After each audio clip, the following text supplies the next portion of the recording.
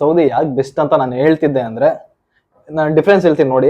ಬೆಂಗಳೂರಿಗೂ ಮತ್ತೆ ದುಬೈಗೂ ಮತ್ತೆ ಸೌದಿ ಅರೇಬಿಯಾಗೂ ಏನ್ ಡಿಫ್ರೆನ್ಸ್ ಅಂದ್ರೆ, ITI ಡಿಪ್ಲೊಮಾ ಮತ್ತೆ ಇಂಜಿನಿಯರಿಂಗ್ ಮತ್ತೆ ನರ್ಸಿಂಗ್ ಬರುತ್ತೆ. ಅದು ನೆಕ್ಸ್ಟ್ ವಿಡಿಯೋಗಳಲ್ಲಿ ನಾನು ಹೇಳ್ತೀನಿ. ಇವಾಗ ಫಸ್ಟ್ ಟಾಪಿಕ್ ನಾನು ತಗೊಂಡಿರೋದು ITI ಸ್ಟೂಡೆಂಟ್. ITI ಮತ್ತೆ ಡಿಪ್ಲೊಮಾಗೆ ಹೆವಿ ಅಂದ್ರೆ ಹೆವಿ ವೇಕೆನ್ಸಿಗಳಿದಾವೆ ಗಲ್ಫ್ ಕಂಟ್ರಿಗಳಲ್ಲಿ. ತುಂಬಾನೇ ಸ್ಯಾಲರಿ ಇದೆ. ಸ್ಟಾರ್ಟಿಂಗ್ 80,000ದಿಂದ ಹಿಡಿದು 1 ಲಕ್ಷ 2 ಲಕ್ಷದವರೆಗೂ ಸ್ಯಾಲರಿ ತಗೊಂತಾ ಇದೀವಿ, ಕೊಡ್ತಾ ಇದ್ದಾರೆ. ಅಷ್ಟು ವೇಕೆನ್ಸಿಗಳಿದಾವೆ. ಬಟ್ ಯಾರು ಟ್ರೈ ಮಾಡ್ತಿಲ್ಲ. ಯಾಕೆ? ನನಗಂತೂ ದೇವರಾಣೆ ನನಗೆ ಗೊತ್ತಿಲ್ಲ. ನಾನು ಯಾವ ತರ ಅಪ್ಲೈ ಮಾಡೋದು ಅಂತ ನಾನು ಹೇಳ್ತೀನಿ. ಫಸ್ಟ್ ಪ್ರೋಸೆಸ್ಗಳೆಲ್ಲ ಹೇಳ್ತೀನಿ, ಮತ್ತೆ ಯಾವ್ದು ತಗೊಬೇಕು, ಮತ್ತೆ ಇನ್ನ ನೀವು ITI ಮತ್ತೆ ಡಿಪ್ಲೊಮಾ ಸ್ಟೂಡೆಂಟ್ಸ್ ಗಳಾಗಿದ್ರೆ ನೀವು ಯಾವ ತರ ನೆಕ್ಸ್ಟ್ ಬರಬೇಕು ಅನ್ನೋದು ನಾನು ಹೇಳ್ತೀನಿ. ಫಸ್ಟ್ ITI ಮತ್ತೆ ಡಿಪ್ಲೊಮಾದ ಹೇಳ್ಬಿಡ್ತೀನಿ. ITI ಬಂದು ನೀವು MME ಮತ್ತೆ ಎಲೆಕ್ಟ್ರಿಷಿಯನ್ ತಗೊಂಡ್ರೆ ಹೆವಿ ಅಂದ್ರೆ ನಿಮ್ಗೆ ತುಂಬಾ ವೇಕೆನ್ಸಿಗಳಿದಾವೆ. ಇವಾಗ ITI ಡಿಪ್ಲೊಮಾ ಮತ್ತೆ ಇಂಜಿನಿಯರಿಂಗ್ ಮತ್ತೆ ನರ್ಸಿಂಗ್. ಇವಾಗ ಫಸ್ಟ್ ನಾನು ಹೇಳೋದು ಡಿಫ್ರೆನ್ಸ್ ಬಗ್ಗೆ ಹೇಳ್ಬಿಡ್ತೀನಿ. ನೆಕ್ಸ್ಟ್ ಹೇಗ್ ಬರೋದು, ಎಲ್ಲಿ ಇಂಟರ್ವ್ಯೂ ನಡೀತೆ ಅದನ್ನ ನೆಕ್ಸ್ಟ್ ಹೇಳ್ತೀನಿ. ಇವಾಗ ಮೈನ್ ಪಾಯಿಂಟ್ ಏನು ಅಂದ್ರೆ ಲೀವ್ಸ್. ನಮ್ಗೇನು ರಜಾ ಬೇಕು ಜಾಸ್ತಿ. ವೀಕ್ಲಿ 1 ಡೇ ಎಲ್ಲ ನಮ್ಗೆಲ್ಲ ಸಾಲಲ್ಲ ರಜಾಗಳು. ವೀಕ್ಲಿ 2 ಡೇಸ್ ಬೇಕು. ಬೆಂಗಳೂರಲ್ಲಿ 1 ದಿವಸ ರಜಾ ಬೇಕು, ಊರಿಗೆ ಹೋಗಿ ಬರ್ತೀನಿ ಅಂದ್ರೆ ಕೊಡಲ್ಲ ರಜಾ. ಅವ್ರ ಸತ್ರು ಇವ್ರ ಸತ್ರು ಅಜ್ಜಿ ಸತ್ರು ಅಂತ 20 ಸಲ ಹೇಳ್ಬಿಟ್ಟು ರಜಾ ತಗೊಬೇಕು. ಆದ್ರೆ ಇಲ್ಲಿ ಆಗಲ್ಲ. ಇಲ್ಲಿ ಏನೋ ತುಂಬಾ ಎಮರ್ಜೆನ್ಸಿ ಇತ್ತಾ 15 ಡೇಸ್ ಲೀವ್ ಕೊಡ್ತಾರೆ. ನಮ್ದೇ ಆದ್ರೆ ಫ್ಲೈಟ್ ಟಿಕೆಟ್ ಎಲ್ಲ ನಾವೇ ಹಾಕೋಬೇಕು, ಹೋಗಿ ಬರ್ಬೋದು 15 ಡೇಸ್. ಮತ್ತೆ ಇಯರ್ಲಿ 1 ಮಂತ್ ಲೀವ್ ಇರುತ್ತೆ. ಅವು ಫ್ಯಾಮಿಲಿ ಜೊತೆ ಫ್ರೆಂಡ್ಸ್ ಜೊತೆ ಮತ್ತೆಲ್ಲ ಪಾರ್ಟಿ ಗಿಲ್ಟಿ ಎಲ್ಲ ಮಾಡ್ಕೊಂಡು 1 ಮಂತ್ ಆರಾಮಾಗಿ ಎಂಜಾಯ್ ಮಾಡಿ ಬರ್ಬೋದು ರಿಟರ್ನ್. ಆದ್ರೆ ಆ 1 ಮಂತ್ ರಜಾ ಕೊಡ್ತಾರಲ್ವಾ, ಆ 1 ಮಂತ್ ಸ್ಯಾಲ್ರಿ ಸಮೇತ ಕೊಡ್ತಾರೆ. ಆ 1 ಮಂತ್ ಏನ್ ನಿಮ್ಗೆ ಸ್ಯಾಲ್ರಿ ಇರುತ್ತೆ, 1 ಲ್ಯಾಕ್ ಇರುತ್ತೋ 2 ಲ್ಯಾಕ್ ಇರುತ್ತೆ, ಎಷ್ಟೇ ಇರುತ್ತೋ ಅಷ್ಟು ನಿಮ್ಗೆ ಕೊಟ್ಟು ಫ್ಲೈಟ್ ಟಿಕೆಟ್ ಸಮೇತನೂ ಅವರೇ ಕೊಡ್ತಾರೆ. ಕಂಪ್ನಿ ಕಡೆಯಿಂದ ಪ್ರೊವೈಡ್ ಆಗುತ್ತೆ. 1 ತಿಂಗಳು ಊರಿಗೆ ಬಂದು ಚೆನ್ನಾಗಿ ಎಂಜಾಯ್ ಮಾಡ್ಕೊಂಡ್ ಬರ್ಬೋದು. ಮತ್ತೆ 365 ದಿವಸಗಳು ಇರ್ತದಲ್ವಾ, ಅದ್ರಲ್ಲಿ 30 ಡೇಸ್ ಅಲ್ಲೇ ಹೊರಟೋಯ್ತು. ಮತ್ತೆ ಇವಾಗ ರಂಜಾನ್ ಬಕ್ರೀದ್ ಅಂತ ಬರುತ್ತೆ, ಅದ್ರಲ್ಲಿ ಒಂದು 15 to 20 ಡೇಸ್ ಅಲ್ಲಿ ಹೊರಟೋಗುತ್ತೆ. ಮತ್ತೆ ವೀಕ್ಲಿ 2 ಡೇಸ್ ಹಾಲಿಡೇ ಇರುತ್ತೆ, ಫ್ರೈಡೆ ಮತ್ತೆ ಸ್ಯಾಟರ್ಡೆ. ವೀಕ್ಲಿ 2 ಡೇಸ್ ಅಲ್ಲೇ ಹೊರಟೋಗುತ್ತೆ. ಇನ್ನ ಮಂತ್ಲಿ 22 ವರ್ಕಿಂಗ್ ಡೇಸ್ ಇರುತ್ತೆ. ಇನ್ನ ಬಕ್ರೀದ್ ರಂಜಾನ್ ಅಂತ ಹೇಳಿದ್ನಲ್ಲ, ಅದೆಲ್ಲ ಮೈನಸ್ ಮಾಡ್ಕೊಂಡ ಅಂದ್ರೆ ಎವ್ರಿ ಮಂತ್ ನೀವು ವರ್ಕ್ ಮಾಡೋದೇ 19 ಡೇಸ್. ನೋಡಿ, ಇರೋ 365 ದಿನದಲ್ಲಿ 60 ಸಂಡೇ ಉಳಿದಿದ್ದೆಷ್ಟು 305, 12 ಸೆಕೆಂಡ್ ಸ್ಯಾಟರ್ಡೆ ಉಳಿದಿದ್ದೆಷ್ಟು 293. ತಿಂಗಳಿಗೆ ಒಂದು ಹಬ್ಬ ಅನ್ಕೊಂಡ್ರು 13 ಹಬ್ಬ, 13 ದಿನ ಎದುರಾಯ್ತು 280. ಇದರಲ್ಲಿ ಅವನ್ ಸತ ಇವನ್ ಸತ ಅಲ್ಲಿ ಸ್ಟ್ರೈಕ್ ಇಲ್ಲಿ ಬಂದು ಅನ್ಕೊಂಡ್ರು 20 ದಿನ ಎದುರಾಯ್ತು 260. ಸೊ ELU ವಿತೌಟ್ ಪೇ ಅನ್ಕೊಂಡ್ರು 70 ಡೇಸ್ ಅಟ್ಯಾಚ್ 190 ಡೇಸ್ ಇರೋದು. ಎವ್ರಿ ಮಂತ್ 19 ಡೇಸ್ ವರ್ಕ್ ಮಾಡ್ಕೊಂಡು ನಿಮ್ಗೆ 1 ಲ್ಯಾಕ್ ಸ್ಯಾಲ್ರಿ ಎಲ್ಲಿ ಬೆಂಗಳೂರಲ್ಲಿ ಕೊಡ್ತಾರ ಅಥವಾ ಎಲ್ಲಿ ಕೊಡ್ತಾರೆ? ಅದು ಮಿಡಲ್ ಕ್ಲಾಸ್ ನಾನು ಹೇಳ್ತಾ ಇರೋದು. ITI ಡಿಪ್ಲೊಮಾ ಮತ್ತೆ ಸಣ್ಣ ಪುಟ್ಟ ವರ್ಗಗಳು ನಾನು ಹೇಳ್ತಾ ಇರೋದು. ಇಷ್ಟು ಜಾಬ್, ಈ ತರ ಜಾಬ್ ಎಲ್ಲೂ ಸಿಗಲ್ಲ. ನೀವು ಬೆಸ್ಟ್ ನೀವು ಥಿಂಕ್ ಮಾಡಿ, ಬೆಂಗಳೂರಲ್ಲೇ ಮಾಡ್ತೀರಾ ಅಂದ್ರೆ 1 ದಿವಸ ರಜಾ ಅಂತೂ ಸಿಗಲ್ಲ ಊರಲ್ಲಿ. ಅಂದ್ರೆ ಹೇಳ್ತಾ ಇರೋದು ಬೆಂಗಳೂರು ಸುತ್ತಮುತ್ತ ಎಲ್ಲೇ ಆದ್ರೂ ಲೀವ್ಗಳು ನಮ್ಗೆ ಲೀವ್ ಬೇಕು ಅಂದ್ರೆ ಸಿಗಲ್ಲ. ಫಸ್ಟ್ ಪಾಯಿಂಟ್ ಅದು. ನಮ್ಗೆ ಇಷ್ಟ ಬಂದು ಅಷ್ಟು ದಿವಸ ಎಂಜಾಯ್ ಮಾಡೋದಕ್ಕೆ ಲೀವ್.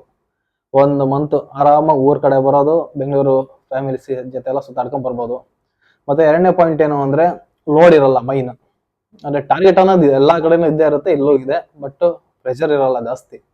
ಅದು ಬೆಂಗಳೂರು ಅಷ್ಟು ಇವಾಗ ಓವರ್ ಟೈಮ್ ಮಾಡ್ಬೇಕು ಅದು ಇದು ಅಂತ ಓವರ್ ಟೈಮ್ ಮಾಡೋದಂದ್ರೂ ಇಲ್ಲಿ OT ಎಲ್ಲ ಸಿಗುತ್ತೆ, ತುಂಬಾನೇ ಸಿಗುತ್ತೆ, ಕಡಿಮೆ ಅಂತೂ ಸಿಗಲ್ಲ. ಅದು ಬೆನಿಫಿಟ್ ಇದೆ ಜಾಸ್ತಿ. ITI ಸ್ಟೂಡೆಂಟ್ ಮತ್ತೆ ಡಿಪ್ಲೊಮಾ ಸ್ಟೂಡೆಂಟ್ಸ್ ಏನ್ ಅನ್ಕೊಂತೀರಾ ಅಂದ್ರೆ ಎಜುಕೇಶನ್ ಆಗಿದ ತಕ್ಷಣ ಜಾಬ್ ಆಗ್ಬಿಡುತ್ತೆ ಅಂತ. ಇಲ್ಲ, ಖಂಡಿತವಾಗೂ 1 ಇಯರಿಂದ 2 ಇಯರ್ಸ್ ಪಕ್ಕ ಎಕ್ಸ್ಪೀರಿಯನ್ಸ್ ಬೇಕೇ ಬೇಕು. ಆ ಎಕ್ಸ್ಪೀರಿಯನ್ಸ್ ಆದಮೇಲೆ ಮತ್ತೆ ನೆಕ್ಸ್ಟ್ ಎಕ್ಸ್ಪೀರಿಯನ್ಸ್ ಇಲ್ಲ ಅಂದ್ರೂ 1 ಇಯರ್ ಆದರೂ ಕಂಪಲ್ಸರಿ ಬೇಕು. ಮತ್ತೆ ಯಾವ ಥರ ಇಂಟರ್ವ್ಯೂ ಅಟೆಂಡ್ ಮಾಡಬೇಕು, ಮತ್ತೆ ಯಾವ ಥರ ಕ್ವಶನ್ಸ್ಗಳು ಬರ್ತವೆ ಅದೆಲ್ಲ ನಾನು ಹೇಳ್ಕೊಂಡು ಕೊಡ್ತೀನಿ, ನನಗೆ ಗೊತ್ತಿರೋ ಅಷ್ಟು. ನೀವು ಬೇಕು ಅಂದರೆ ನನ್ನ ಕಾಂಟ್ಯಾಕ್ಟ್ ಮಾಡಿ. ಇನ್ನೊಂದು ಪಾಯಿಂಟ್ ಏನು ಅಂದರೆ ಗಲಾಟೆಗಳು ಮೈನ್ ಇಲ್ಲ. ನಾನು ಬಂದು 7 ಇಯರ್ಸ್ ಆಯಿತು. ಒಂದು ಫೈಟಿಂಗ್ ಸಹ ನಾನು ಎಲ್ಲೂ ನೋಡಿಲ್ಲ ಔಟ್ ಸೈಡು. ಗ್ಯಾಂಗ್ಸ್ಟರ್ಗಳಂತ ಇರ್ತಾರಲ್ಲ ಬೆಂಗಳೂರಲ್ಲಿ, ಈ ಏರಿಯಾ ನಂದು, ಆ ಏರಿಯಾ ನಿಂದು ಅಂತ, ನಾನೇ ದೊಡ್ಡವನು ಅಂತ ಹೇಳ್ಕೊಂಡು ಮತ್ತೆ ಆ ಏರಿಯಾ ಇದು ಅಂತ ಕಿತ್ಲಾಕೊಂತಾರಲ್ಲ, ಆ ಥರ ಟೆನ್ಷನ್ಗಳು ಇರಲ್ಲ. ಮೈನು ಹುಡುಗರನ್ನ ಗುಡ್ಡೆ ಹಾಕೊಂಡು ನಾನೇ ಬಾಸ್ ಅಂತ ಹೇಳ್ಕೊಂಡವ್ರು ಯಾರು ಇರಲ್ಲ ಇಲ್ಲಿ. ಯಾಕೆ ಅಂದ್ರೆ ಕಾನೂನು ಅಷ್ಟು ಸ್ಟ್ರಿಕ್ಟ್ ಆಗಿದೆ ಇಲ್ಲಿ. ಫ್ಯಾಮಿಲಿಗೆ ಎಸ್ಪೆಷಲಿ ಏನು ಅಂದ್ರೆ ಲೇಡೀಸ್ಗೆ ಮಾತ್ರ ತುಂಬಾ ಸೇಫ್ ಇದೆ.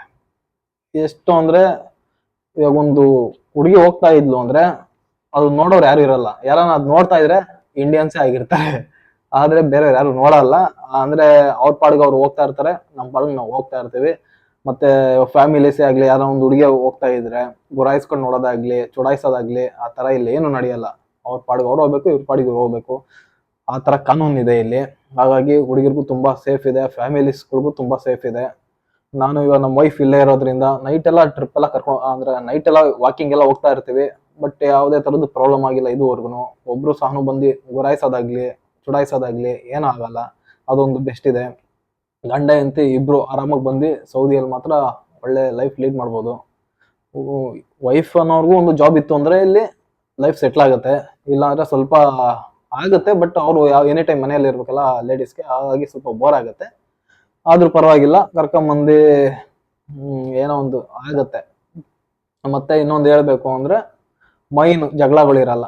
ನಾನು ಹೇಗೆ ಅಪ್ಲೈ ಮಾಡಿದೆ ಅಂತ ನಾನು ಹೇಳ್ತೀನಿ. ನಾನು ಟೊಯೋಟೋದಲ್ಲಿ ವರ್ಕ್ ಮಾಡ್ತಿದ್ದೆ. ನನಗೆ ನನಗೆ ಹೆಲ್ಪ್ ಮಾಡಿದ್ದು ಒಬ್ಬ ಮಲಯಾಳಿ, ಅಂದ್ರೆ ಕೇರಳದವನು ಒಬ್ಬ ಇದ್ದ ನನ್ನ ಫ್ರೆಂಡು. ತುಂಬಾ ಅವನು ಇವಾಗ ದುಬೈಲಿ ವರ್ಕ್ ಮಾಡ್ತಿದ್ದಾನೆ. ನಾನು ತುಂಬಾ ಅಂದ್ರೆ ಬೆಸ್ಟ್ ಫ್ರೆಂಡ್ ನನಗೆ. ಅವ್ನು ಯಾವ ತರ ಇಲ್ಲಿಗೆ ಬರೋದು ಅಂತ ಅವ್ನು ಧೈರ್ಯ ಹೇಳ್ದ. ನನ್ಗೆಲ್ಲ ಅವಾಗ ಸೌದಿ ಅಂದ್ರೆ ಕೈ ಕಟ್ ಮಾಡ್ಬಿಡ್ತಾರೆ, ಕಾಲ್ ಕಟ್ ಮಾಡ್ಬಿಡ್ತಾರೆ, ಏನ್ ತಪ್ಪುಗಳು ಮಾಡಿದಾರೆ ಆ ತರ ತುಂಬಾ ಭಯ ಹಾಕಿಸ್ಬಿಟ್ಟಿದ್ರು. ದಿ ಗಾಡ್ ಸ್ಟೋರಿ ಆ ಮೂವಿ ನೋಡಿರ್ಬೇಕು ನೀವು. ನೋಡಿಲ್ಲ ಅಂದ್ರೆ ನೋಡಿ, ಮಲಯಾಳಿ ಮೂವಿ ಅದು. ಬಂದು 2 ವರ್ಷ ಏನೋ ಕುರಿಗಳ್ದು ಯಾವ್ದೋ ಒಂದು ಗೋಡನಲ್ಲಿ ಸಿಗಾಕೊಂಡು ತುಂಬಾ ಹಿಂಸೆ ಪಟ್ಟಿರೋ ಮೂವಿ ಅದು. ಅದನ್ನ ನೋಡೇ ತುಂಬಾ ಭಯ ಬರ್ತಾ ಇದ್ರು. ನನಗೂ ಮುಂಚೆ ಇಲ್ಲಿಗೆ ಬರೋದಕ್ಕೂ ಮುಂಚೆ ತುಂಬಾ ಸ್ಟೋರಿಗಳು ಹೇಳಿದ್ರು, ಆ ತರ ಕಿಡ್ನಾಪ್ ಮಾಡಿ ಕರ್ಕೊಂಡು ಹೋಗ್ತಾರೆ ಹಂಗೆ ಹಿಂಗೆ ಅಂತ ಬರೋದು ತುಂಬಾ ಭಯ ಆಗ್ತಿತ್ತು. ಆದ್ರೆ ನಾನು ಅದ್ರ ಬಗ್ಗೆ ಏನು ಗಮನನೇ ಇರ್ಲಿಲ್ಲ. ಆದ್ರೆ ಅಷ್ಟು ಕಷ್ಟ ಇತ್ತು ಅವಾಗ ನಾವು ಇಲ್ಲಿಗೆ ಬರ್ಬೇಕಾಗಿದ್ರೆ. ಹೇಗೋ ಬಂದ್ವಿ, ಒಳ್ಳೆ ಕಂಪ್ನಿ ಸಿಕ್ತು. ಇವಾಗ ಇವಾಗ ಏನಿದ್ರು ಯಾವ್ದಾನ ಕಂಪ್ನಿಗೆ ಸೆಲೆಕ್ಷನ್ ಆಯ್ತು ಅಂದ್ರೆ ಗೂಗಲ್ ಸರ್ಚ್ ಮಾಡ್ದ ಅಂದ್ರೆ ಸಿಕ್ಬಿಡುತ್ತೆ. ಕಾಂಟ್ಯಾಕ್ಟ್ ನಂಬರ್ ಕಾಲ್ ಮಾಡಿ ಕನ್ಫರ್ಮ್ ಮಾಡ್ಕೊಂಡ್ರೆ ಮುಗೀತು.